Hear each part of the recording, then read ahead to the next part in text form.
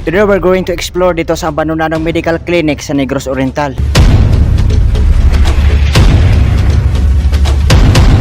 Oh.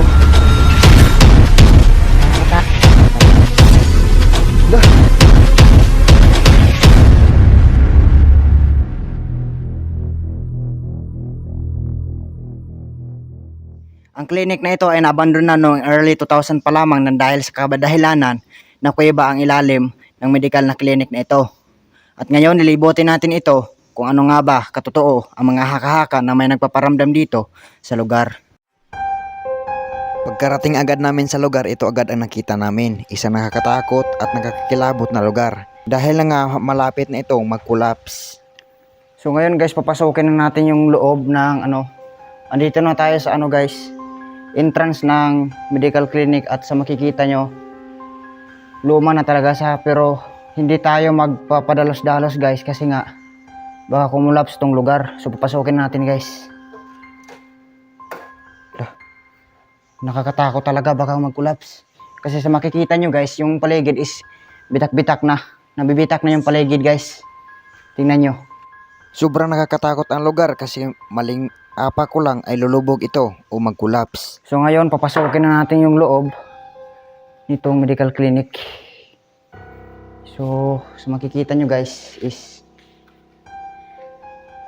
abandon na talaga yung lugar. So dito papasok naman tayo. Kailangan lang nating mag-ingat kasi nga baka mag-collapse tong area kasi nga dito sa lugar guys is na talaga siya. Sobrang luma. Tingnan niyo yung mga jealousy guys.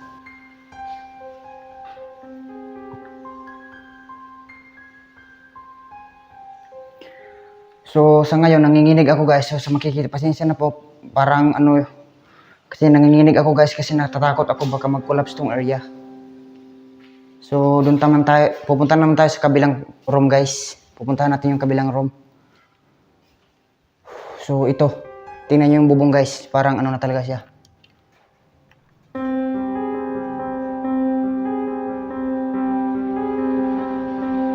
So ngayon, pupuntahan natin yung ibang rooms. At hindi pa rin tayo mapadalos-dalos. So dito, baka ito yung checking area. Kasi nga, ito guys is lalagyan pa to ng tingnan nyo.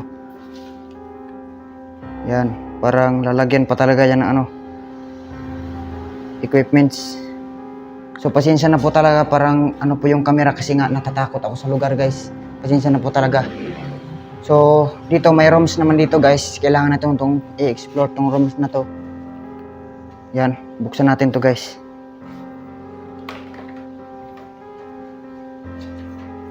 Yan. So bitak-bitak na yung area. So ngayon, andito ako sa loob ng guys, parang CR to.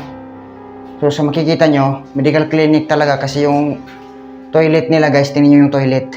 Tingnan nyo. Yan. Nanginginig talaga ako, parang nakakatakot talaga yung ginagawa ko guys. So dito, papasok naman tayo sa ibang rooms. Dito. So makikita natin guys, yung ibang rooms. Napakalaki pala nito guys. So active pa rin yung mga glass. Yung mga glass dito sa paligid active pa rin pero kailangan lang natin mag-ingat kasi nga baka mag-collapse ang area pa. Lagi ko itong inuulit-ulit. So dito naman tayo sa kabila guys. So what's up guys? So andito ako ngayon sa loob na ng sa loob na talaga ng medical clinic. So kailangan nating puntahan yung ibang rooms pa dito pero mag-iingat tayo kasi nga is baka kumulaps yung area. So tara, puntahan natin yung ibang rooms. So ngayon, marami pang rooms dito guys. Yan, nakakatakot kasi nga nag-collapse, nag-crack na siya guys. Tingnan nyo, nag-crack na. Mas dumagdag pa yung takot ko nung nakita ko na marami na palang crack ang area na ito. Nanginginig ako sa takot. So pupuntahan natin yung ibang rooms doon. So dito is yung entrance na before. So makikita na natin dito yung labas. So ito yung outlet nila guys. Yan, siguro yung plangka.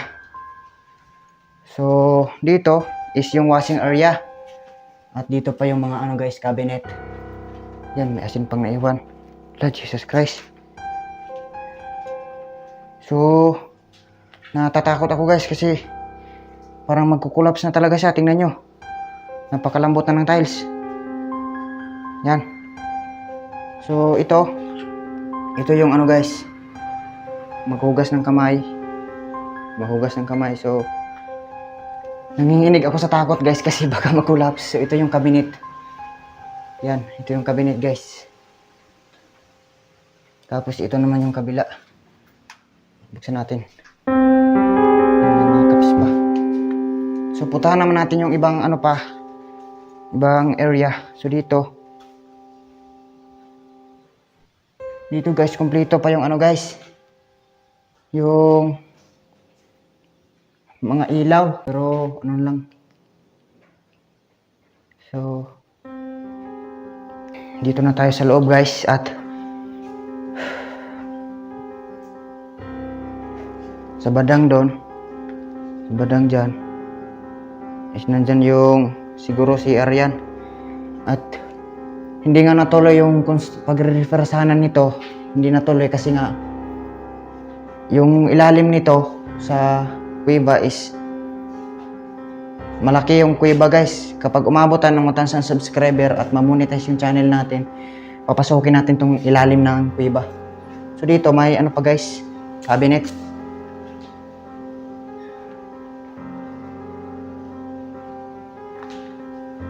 So ngayon, kailangan na nating lumabas kasi nga delikado tong area at hindi tayo pwedeng magtagal dito. So lalabas na tayo guys. So parang takot na takot ako sa loob at dito lalabas. So yung kasama ko guys, si Kintoy, is hindi ko pinapasok dito sa loob kasi nga delikado. Diyan siya sa labas. Diyan lang siya naghihintay sa atin. So dito sa sa glass ng mga may nakalagay pa na mga sulat.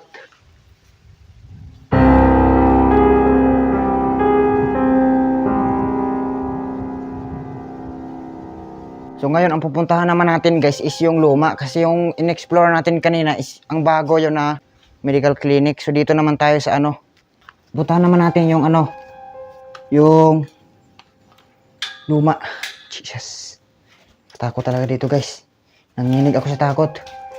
Kailangan lang natin magdahan-dahan.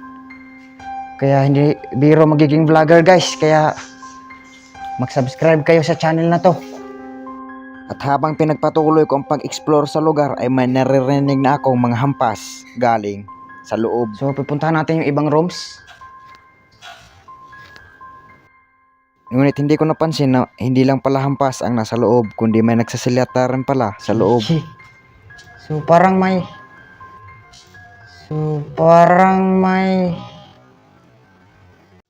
hindi ko na lang pinansin ang nagsasalita o ang mga hampas at pinagpatuloy ko na lang ang aking ginagawa. Oh, sheesh. Ayun. So dito. Lah! Pukinaw. May nakatira pala dito mga guys. Tingnan nyo.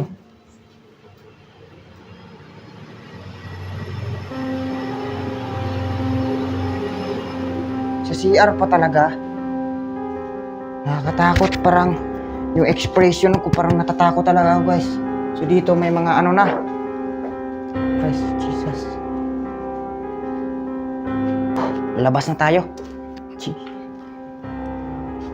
Lalabas na tayo guys. Kailangan natin lumabas kasi yung takot ko hindi biro. Hindi ako natakot sa mga masasamang elemento. Takot ako sa baka mag-collapse yung area. So dito may natira pang mga tiles na hindi na ikabit. Yan. So dito may mga pa guys, mga corners, yan. Iwan ko kung para saan yan. So ngayon lalabas na tayo. Lalabas na tayo ngayon guys at hindi naman gaano kalakihan tong medical clinic guys, pero payo lang po sa mga bata na nanonood o kahit sino man na huwag nyo pong subukan itong puntahan kasi nga yung area, tingnan nyo.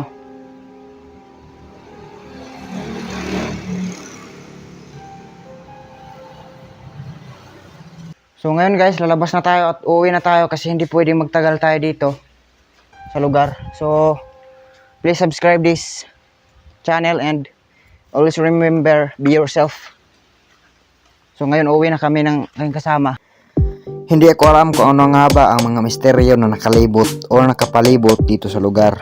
Ngunit ang tanging alam ko lang na may mga bagay dito sa mundo na hindi natin alam at kailangan nating pag-alamin upang mas maintindihan natin kung bakit ito nangyayari. Hanggang dito na lang. Huwag niyong kalimutang mag-subscribe at lagi niyong tandaan magpakatotoo kayo sa inyong sarili at kailangan magtiwala sa proseso ng buhay.